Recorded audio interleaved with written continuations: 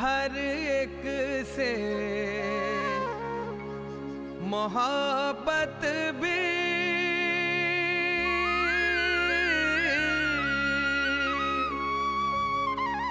हर एक की खिदमत भी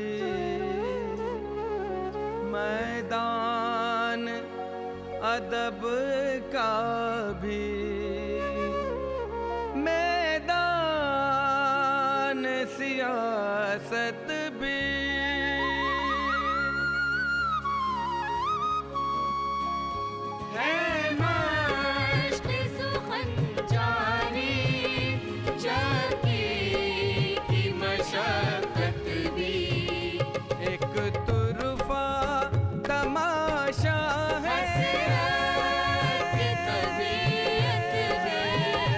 हसरत की तबीयत भी।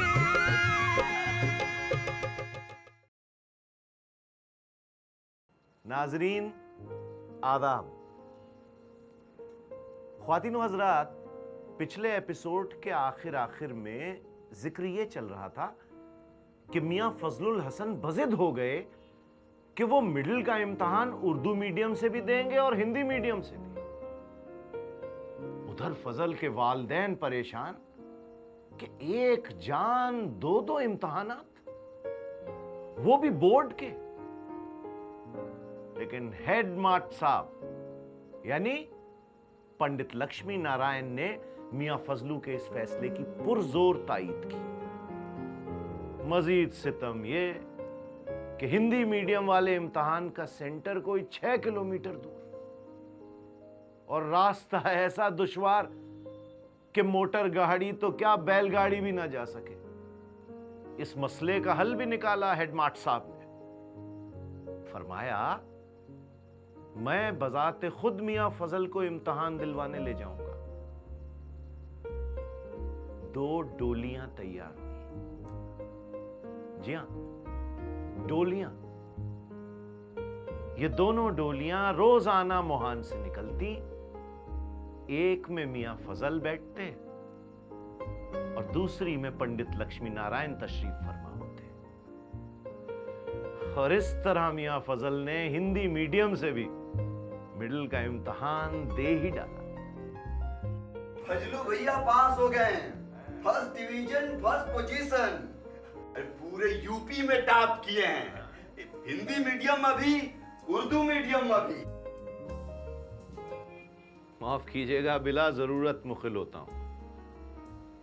आप इस कामयाबी का सेहरा फजल के सर बांधिए और मैं पंडित लक्ष्मी नारायण के सर बांधता हूं। पंडित जी, आपके इखलास, आपकी रवादारी, आपकी मोहब्बत को शत शत प्रणाम। मिर्जा गालिब के एक उस्ताद थे, मुल्ला अब्दुल समद। उन्होंने मिर्जा गालिब को उनके बचपन में फारसी पढ़ाई थी। कहते हैं, अगर मुल्ला अब्दुल समद न होते तो गालिब गालिब ना होते। अहकर का मानना है, अगर पंडित लक्ष्मी नारायण न होते तो हसरत हसरत ना होते। और फजलू भैया को शौक चढ़ाया कि आगे की पढ़ाई करेंगे, वो भी इंग्लिश मीडियम में, लखनऊ में, ना फाटेपुर में। अरे इतनी भी टांग मत तोड़ो अवधि की। फाटेपुर नहीं, Fatehpur, government high school Fatehpur. अब लखनऊ इसलिए नहीं क्योंकि वहाँ उनकी देखभाल करने के लिए कोई नहीं था। और फतेहपुर में उनके अब्बा यानी अजहर हसन साहब, ज़मीन जायदाद के सिलसिले में उनका बराबर आना जाना लगा रहता था। और वहाँ अजहर हसन साहब के बहुत सारे दोस्त भी थे जो उनकी निगहदाश्त के लिए थे। अरे यार जावेद, अवधि में ही बोलो ना, कितनी स्वीट लैंग्वेज है। ओके। फतेहपुर में अजहर साहब के एक दोस्त रहे, शेख शाकिर साहब। एक आध दोस्तों के नाम और बताएं? क्यों नहीं? अरे क्यों नहीं, काहे नहीं। हाँ, तो मौलाना मोहम्मद अमीर खान जो फारसी के उस्ताद थे, और मौलाना जहरुल इस्लाम जो अरबी के उस्ताद थे। मतलब ई कि फजलू भैया का दाखिला कक्षा 9 में गारमेंट हाई स्कूल फतेहपुर में हुई गवा।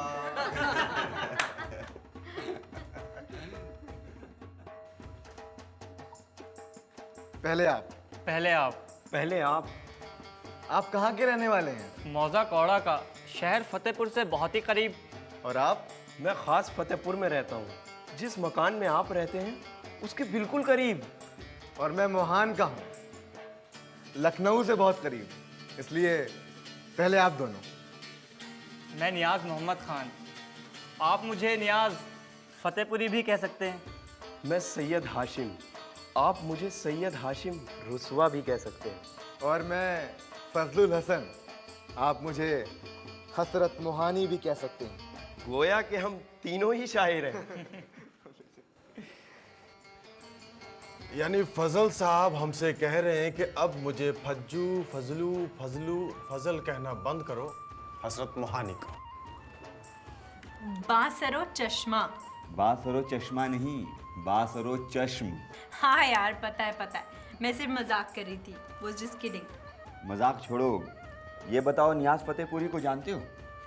थोड़ा थोड़ा। भाई ये कहना गलत ना होगा कि जो हैसियत हसरत की उर्दू शायरी में है, वही हैसियत नियाज फतेहपुरी की उर्दू प्रोज में। शायर, अफसाना निगार, सहाफ़ी, नक़ाद, मशहूर ज़माना रिसाले निगार के एडिटर और पद्मश्री भी। पद्मश्री? ये तो हमें भी नहीं मालूम था। आपको कैसे पता चला? विकिपीडिया से। यार वैसे सोचने वाली बात है, उस वक्त उन लोगों ने सोचा भी नहीं होगा कि आने वाले समय में हम इतनी मशहूर हस्तियां बनेंगे। खैर, फतेहपुर का दौर हजरत की ज़िंदगी का सबसे अहम दौर है। वो सब ठीक है कि फतेहपुर में हजरत ने महफिल सुखन कायम की, मतलब लिटरेरी क्लब समझ लो। उन्हें नियाज फतेहपुरी और हाशिम रुसवा का साथ मिला, जिसकी वजह से उनकी शेरी सलाहियत और भी उभरी। पर अगर फतेहपुर में मौलाना जहरुल इस्लाम ना होती तो शायर हजरत तो पैदा हो जाता, मगर सियासतदा हजरत नहीं।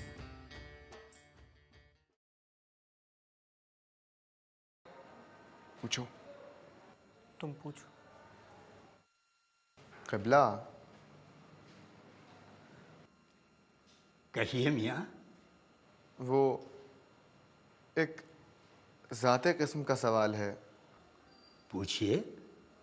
दरअसल हम तीनों जानना चाहते थे कि आपका लिबास बाकी असतज़ा के लिबास से ये अक्सर मुख्तलिफ क्यों है। ये मोटे मोटे गाढ़े के कपड़े गालिबन हाथ से बुने हुए, कोई दीनी मसला? नहीं, दुनियावी। दुनियावी? एहतजाज। एहतजाज। मशीनों से तैयार बरतानवी मिलों के कपड़ों के खिलाफ एहतजाज। पर बरतानवी मिलों के कपड़ों में क्या बुराई है? मियाँ, कभी किसी पेड़ को कटते हुए देखा है? जी। तो जब पेड़ कटता है तो पहला वार कहाँ किया जाता है? उसकी जड़ पर। ठीक। और अगर किसी मुल्क की मईशत को तबाह करना हो तो फिर पहला वार कहाँ करेंगे? मुकामी सनत व हरफत पर, देही मईशत पर। और अगर देही सनत व हिरफत को बचाना हो तो इसको फ़रोग़ देंगे, यानी किसी जुलाहे के हाथ के बुने हुए मोटे कपड़े पहनने होंगे, बरतानवी मिलों के नहीं। जी। अच्छा, मैं चलता हूँ, नमाज का वक्त हो रहा है। अस्सलाम वालेकुम। क्या सोचते हो? यही कि ये सब क्या है? ये रेल, ये मोटर, ये बिजली, ये टेलीग्राफ, तरक्की, ये तकरीब।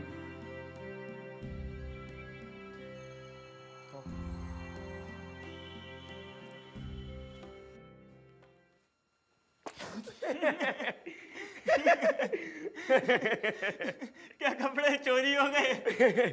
क्या गुसल खाने से सीधा स्कूल आ गए? अस्सलाम वालेकुम। वालेकुम सलाम। अम्मा ये क्या हाल बना रखा है? आज थे अपने एहतजाज में, हमें भी शामिल समझिए। मियाँ मैंने ये कब कहा था कि तुम अपना हुलिया बिगाड़ लो? देखो मियाँ, कोरी और निरी जज्बाती तकलीद से कुछ हासिल नहीं। जो कुछ मैं करता हूँ उसके लिए एक मखसूस सियासी शऊर चाहिए, और ये शऊर पैदा होगा तालीम से। बरतानवी तर्ज तालीम से? मियाँ तुम तो लाजवाब कर देते हो, फिर भी मेरा जवाब है हाँ।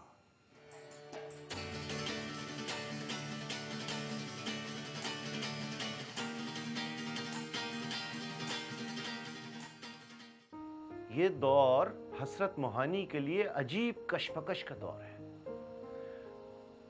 उन्हें समझ में नहीं आता कि अगर बरतानवी कपड़े और दीगर गैर मुल्की अशिया हिंदुस्तानियों के इस्तेसाल की निशानी है, तो बरतानवी तालीम क्यों नहीं? अगर बरतानवी कपड़ों के फरोग से जुलाहा अपने पेशे से हाथ धो बैठेगा, तो अंग्रेजी तालीम हासिल करके भी तो हम मशरिकी उलूम से हाथ धो बैठेंगे। अब हसरत सोचते होंगे कि अजब माजरा है। सर सैयद भी यही कहते हैं, अंग्रेजी तालीम हासिल करो, सियासत के चक्कर में मत पड़ो। जब तालीम आ जाएगी तो सियासी शऊर भी बेदार हो जाएगा। मौलाना ज़हूर भी यही कहते हैं, और दोनों ही पाए के बुजुर्ग हैं। अल्लाह आलम।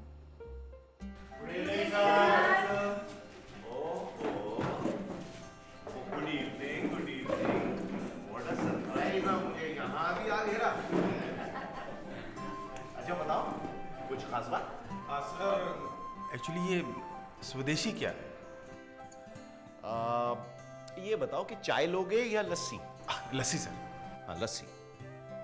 तो लस्सी का मतलब स्वदेशी और चाय का मतलब आई नो मैं समझ गया। तो मौलाना ने आप लोगों की मुलाकात मौलाना ज़हूरुल इस्लाम के साथ करवा ही दी। क्या वास्तव में हम लोग मौलाना ज़हूरुल इस्लाम को स्वदेशी मूवमेंट का फाउंडर कह सकते हैं? भाई मेरे ख्याल से आप मौलाना ज़हूरुल इस्लाम को स्वदेशी मूवमेंट का बाबा आदम कह सकते हैं। वो भी इस लिहाज से कि यूं तो स्वदेशी 1905 के करीब शुरू हुआ था, मगर उससे पहले भी काफी लोग पर्सनल लेवल पे यानी जाती तौर पे स्वदेशी को अपनाने लगे थे as a symbol of protest against British imperialism. Sir मेरा ख्याल है सर कि बाद में मौलाना हजरत मोहानी ने जिस शिद्दत के साथ स्वदेशी अपनाया, उसकी इंस्पिरेशन काफ़ी हद तक मौलाना ज़हूरुल इस्लाम और उनकी शख्सियत थी। और इससे भी बड़ी बात ये कि मौलाना ज़हूरुल इस्लाम ने हसरत के अंदर स्वदेशी की भावना तो पैदा की ही, साथ ही साथ इंग्लिश एजुकेशन से बेजार होने से भी बाज रखा, जिसका नतीजा ये हुआ कि मौलाना ने मैट्रिक में पूरे यूपी में टॉप किया। तो सर इस खुशी में स्वदेशी हो जाए? मतलब लस्सी हो जाए। जनाब अज़हर हसन साहब सलाम मसनून। उम्मीद है कि मिजाज गिरामी बखैर होंगे। भाई फजलुल हसन के मैट्रिक के इम्तिहान में तमाम सूबे आगरा और अवध में अव्वल आने पर दिली मुबारकबाद कबूल फरमाइए। इस वसी और अरीज सूबे में एक मुसलमान बच्चे का अव्वल आना वालिदैन के लिए ही नहीं बल्कि तमाम मुल्क व मिल्लत के लिए बाइसे इज़्ज़त व इफ्तिखार है। भेजा न होगा अगर मैं अर्ज़ करूं कि मियाँ फजलुल हसन सर सैयद मरहूम के ख्वाबों की ऐन ताबीर हैं। इसलिए इल्तिमास है कि आप मज़ीद तालीम के लिए साहिबजादे का दाखिला अलीगढ़ कॉलेज में करवा दें।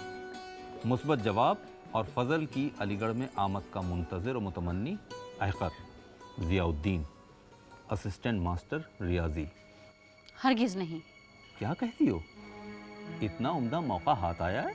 नहीं भैया, बाहर रहकर बहुत पढ़ लिए, अब और नहीं। फतेहपुर की बात और थी, अलीगढ़ को यहाँ है, कोसों दूर है। बहुत हो गई पढ़ाई लिखाई, यहीं रहें, जमींदारी की देखभाल करें। अल्लाह का दिया सब कुछ है यहाँ। ये तुम कह रही हो, तुम जो कि मियाँ की पढ़ाई के हक में हुआ करती थी? हाँ, कल फजलू अलीगढ़ जाएंगे, परसों यूरोप, और नरसों किसी मेम को ब्याह कर यहाँ ले आएंगे और हमारे सर पे बिठा देंगे। ना हम तो बाज आए, मेरी तौबा। अरे अरे अरे, ये ज़मीन जायदाद की बात तुम जो करती हो, ये दिन ब दिन घट रही है, बीघों से बालिश पर आ चुकी हैं। और जहाँ तक तालीम का सवाल है, जितनी हासिल करो इज़्ज़त और सरवत में इजाफा ही करती है। और जो यूरोप से मेम ब्याह लाने की बात थी, वो तुम्हारी खाम ख्याली है। तो फिर फजलू की शादी कर दीजिए और अलीगढ़ भेज दीजिए, ताकि वो अलीगढ़ जाके हिजरो फिराक के सागर खींचे और उनकी दुल्हन यहाँ। तो भी निस्बत ही तय कर दीजिए। फजलू के पाँव में बगैर कोई बेई डाले हम उन्हें अलीगढ़ कॉलेज भेजने से रहे। हाँ, है कोई नजर में?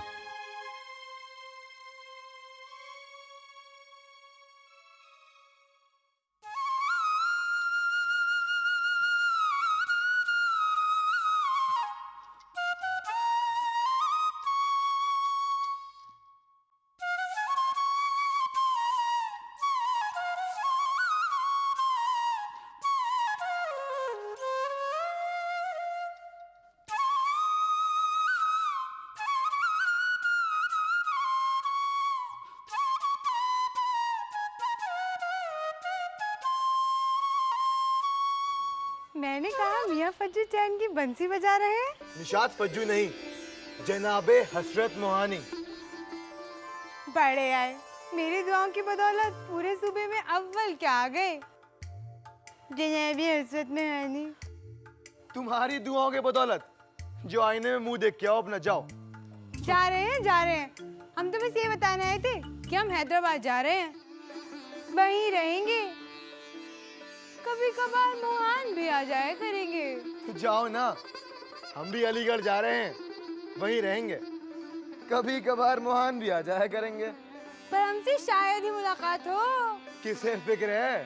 तो हम कौन सा आपके बगैर मरे जाते हैं? जहन्नुम में जाइए।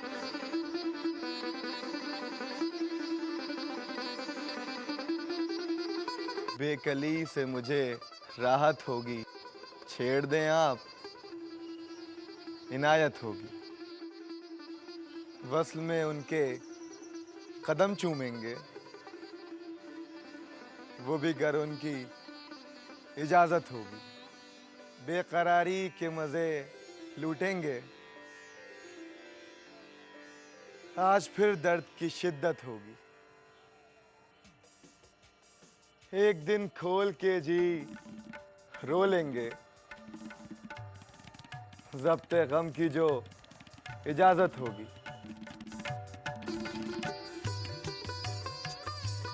किस्सा-ए गम न कहूँगा हसरत, जौहर की उनके शिकायत होगी। आप बहुत अच्छे शायर हैं फज।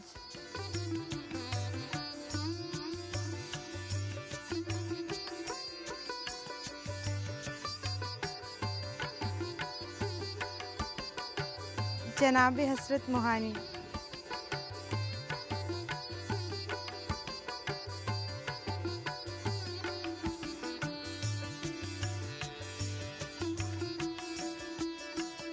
चादर में छुपे हुए हया से क्या कहिए, वो आए किस अदा से।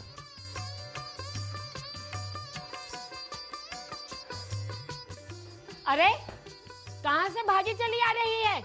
हाँ, सर कहीं, दुपट्टा कहीं, जवान जहां लड़कियां कहीं ऐसे कुलाचे भरती फिरती हैं। ब्याह की उम्र हो गई है तुम्हारी? तो कर दीजिए ना। बेशर्म कहीं की, तू जवाब बाख्ता से कौन करेगा शादी? है कोई? या अल्लाह, है कोई? किस्सा-ए गम न कहूंगा हसरत, जोर की उनके शिकायत होगी। इस घर का तो आवा का आवा ही बिगड़ा हुआ है। एक जवान जहान लड़की है जिसे अपने वजूद का होश ही नहीं है, और एक ये मुस्तंदे। कौन कहेगा इनको देखकर कि पूरे मुल्क में अव्वल आए हैं? दादी, मुल्क नहीं, सूबा। सूबा ही सही, हुलिया तो देखो इनका। सर पे टोपी, हाथ में बांसुरी, होठों पे गजल। चुप ही रहो, देखकर पता ही नहीं लगता लड़का मुसलमान है या हिंदू। हिंदुस्तानी। बड़ा आया हिंदुस्तानी कहीं का, हरदम की ढोली। हाँ, तुम्हारे दादा जब तुम्हारी उम्र के थे तो माशाअल्लाह 3-3 बच्चों के बाप बन गए थे। दादी, दादा की दादी ने उनकी सही वक्त पर शादी करा दी होगी। खुश शक्ल खुश पोशाक थे तो हो गई शादी। तू खब्तुल हवा से कौन करेगा शादी? है कोई? लीजिए साहब, सब तय तमाम हो गया। जनाब हसरत मोहानी का अलीगढ़ जाना तय हो गया, उनकी निस्बत तय हो गई निशातुन निसा से। शाकी हूं कि वक्त की तंगी निशात की सीरत और शख्सियत की शान में कसीदा आराई से फिलहाल रोकती है। सो अपनी बात को खत्म करने के लिए जनाब हसरत मोहानी के जोर कलम का सहारा लेता हूं। दिल है गर्क़ शादमानी, जान सैराब निशात, वस्ल की शब है, बहम है जुमलाए असबाब निशात। हसरतें वक्फ तरब हैं, आरजू महव सुरूर, बख्त ने खोला है रुए शौक पर बाब निशात। चल सकेगा अब न काबू दिल पे रौबे हुस्न का,